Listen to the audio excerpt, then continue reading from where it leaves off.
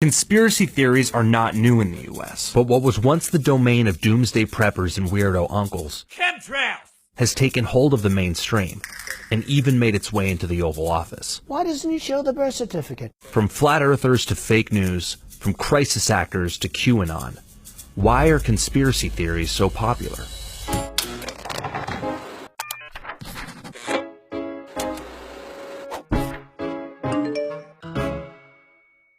First, we should discuss who conspiracy theories are for. Conspiracy theories are for losers. This is Joseph Uscinski, a political science professor at the University of Miami who studies conspiracy theories. He means this literally. Conspiracy theories are for losers because losers use them to motivate their base to fight back against powerful institutions. Which explains why some of the more creative conspiracies crop up after electoral losses.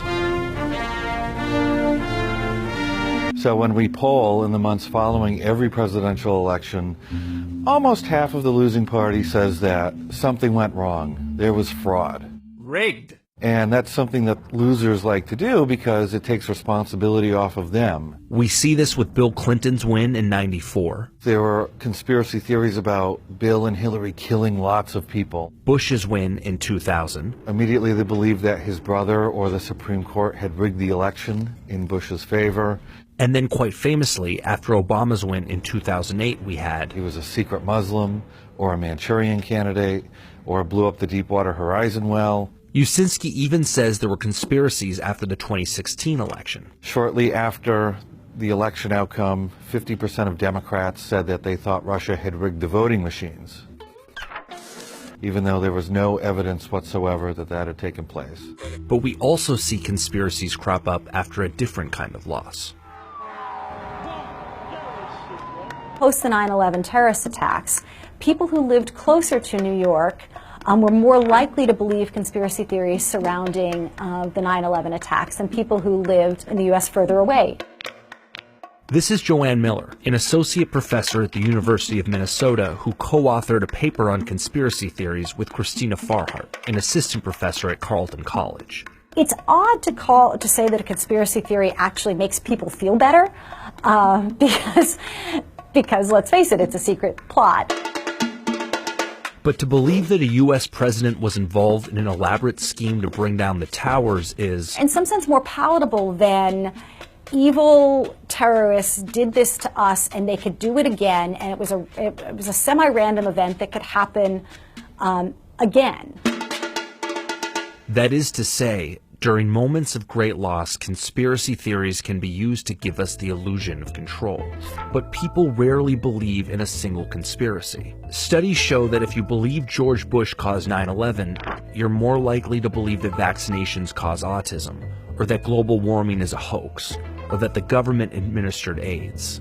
This is problematic because there is some evidence that those who are high in conspiratorial thinking do register less frequently and turn out to vote less frequently. And that makes sense in some sense. If you believe in particular that the government is engaging in secret plots and they're not to be trusted therefore, then working inside the system may not be the best way to register your unhappiness. And so, far from giving us control, conspiracy theories are dangerous because they strip us of our agency to act. So one good example of this is vaccine conspiracy theories.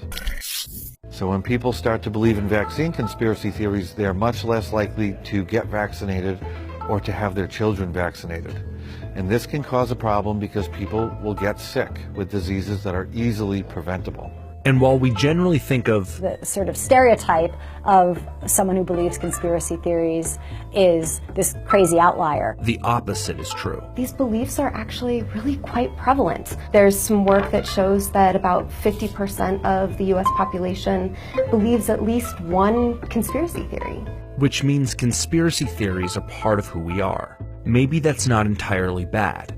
We can thank conspiracy theorists in part for the 9/11 Commission, for the Watergate investigations, for the investigations into Trump.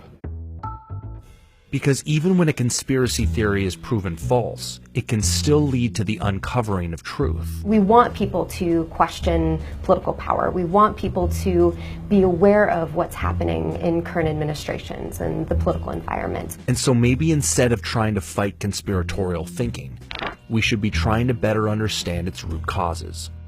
Conspiracy theories are part of the human experience. They're always going to be with us. And there are always going to be people accusing other people of conspiring against all of us. Those theories could turn out to be true, but most of the time they won't. So a good thing to do is listen to our institutions that are designed to create and build knowledge for us. Or maybe that's just what they want you to believe.